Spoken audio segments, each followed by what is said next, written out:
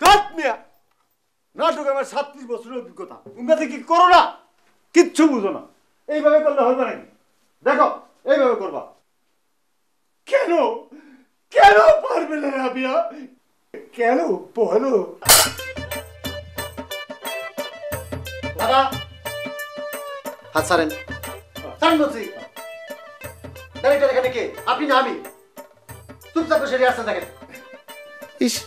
খুব একজন ডাইরেক্টর হয়েছেন উনি আর বুড়ারও শখ করতো দেখো না কত করে বললাম বাসু যাতে দুধ না খাবে বাড়িতে এসে শুনি দুধ নাই কেন দুধ দিয়ে কি হবে এই আমি তো জানি তুই দুধ খাইস না আমি খাওয়ার জন্য বলেছি নাকি শুনে আপুকে মুরগির মাংস খাওয়াতে চেয়েছিলাম তোদের জন্য পারি নাই আজকে তাদের গরু দুধের চা খাওয়ানোর কথা এখন কি হবে এখন কি হবে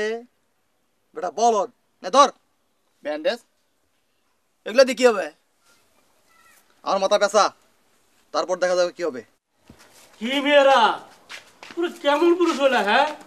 3 জনে একটা মুরগিও ধরতে পারো না হ্যাঁ আর ধরো ধরো ধরো